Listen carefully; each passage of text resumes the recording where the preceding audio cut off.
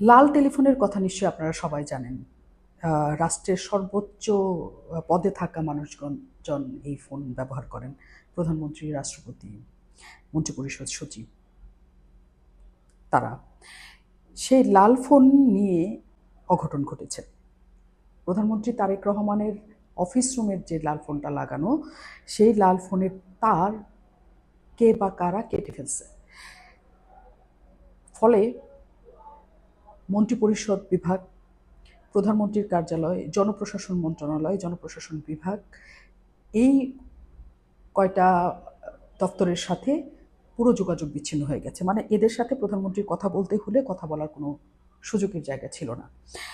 এবং এটা ঘটেছে ঈদের বন্ধের সময়, কারণ ঈদের পর প্রথম কর্মদিবস যখন সোমবার সচিবালয়ে ঢুকেছেন প্রধানমন্ত্রী এবং তার কেবিনে বসেছেন, তারপরে তিনি খেয়াল করেন তার ফোনটা কাজ করছে না। এবং এই ফোনটা আসলে সচিবালয়ে পুরনো ভবন ১ নম্বর থেকে নতুন ভবন ১ নম্বর পর্যন্ত এই তার টানা হয়েছে। সেই তারটা মাঝখান দিয়ে কে বা কারা অনেক টুকরো করে কেটে ফেলেছে, ফলে তার এই সংযোগ পুরোটা চলে গেছে। এখন প্রশ্ন হলো, এটা খুবই শুনতে খুবই ছোট ঘটনা মনে হতে পারে সবার কাছে, কিন্তু এটা কিন্তু খুবই গুরুত্বপূর্ণ কথা।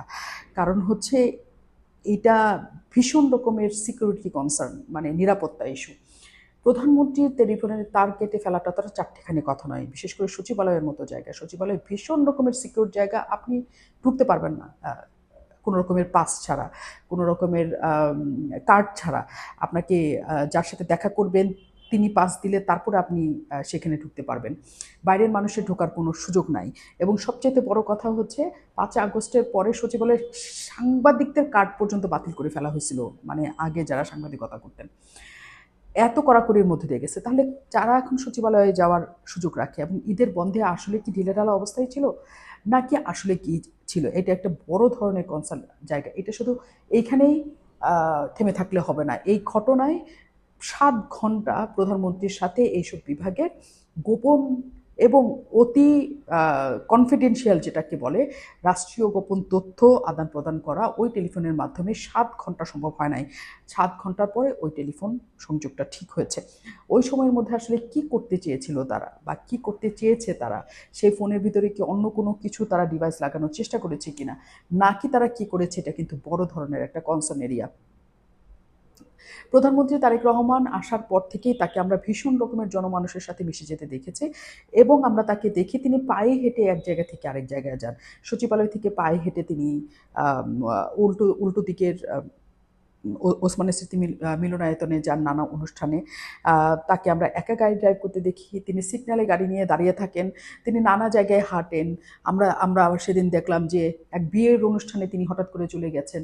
আবার আমরা দেখলাম একটা বিয়ের কাপল তিনি শ্যুট করতেছেন, তাদের সাথে দাঁড়িয়ে তিনি সেই ছবি তুললেন।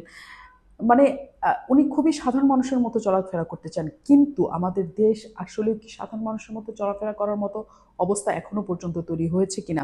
কারণ এই দেশে আসলে যত রাষ্ট্রনায়কের হামলায় মৃত্যু হয়েছে, এবং সব রাষ্ট্রনায়কেরই কিন্তু একই অবস্থা, যে তাদের বীভৎসভাবে হত্যা করা হয়েছে। তারেক রহমান আসলে ১৬ বছর পরে এসে যে অবস্থার মধ্য দিয়ে তিনি তার প্রধানমন্ত্রিত্ব চালাচ্ছেন, সেটা কি আসলে এই দেশের জন্য প্রযোজ্য কিনা?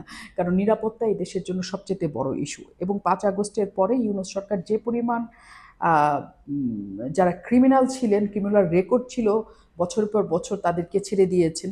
নিষিদ্ধ ঘোষিত সংগঠনের নেতাদের তিনি ছেড়ে দিয়েছেন, এবং তারা বাইরে ঘুরছে এখনো পর্যন্ত। এবং এখনো পর্যন্ত তারেক রহমান কতখানি নিরাপদ, তাকে সর্বোচ্চ ভোট দিয়ে জনগণ নিয়ে এসছে। জনগণকে তিনি বিশ্বাস করতে চান, কিন্তু জনগণকে বিশ্বাস করলেও সবাইকে কি আর বিশ্বাস করার সুযোগ আছে কিনা? রাজনৈতিক প্রতিপক্ষ, এবং যেহেতু এই দেশে আসলে এক ধরনের রেজিম চেঞ্জের জন্য বাইরের বড় ধরনের তৎপরতা সবসময়ের জন্য থাকে, এবং তার সাথে আমাদের দেশের একটা অংশ কখনো না কখনো জড়িত থাকে। কাজে সেখানে এই ধরনের ঘটনা আসলেও ভাবনার বিষয়। এবং এই লাল টেলিফোন এরকম করে তার কেটে ফেলার ঘটনা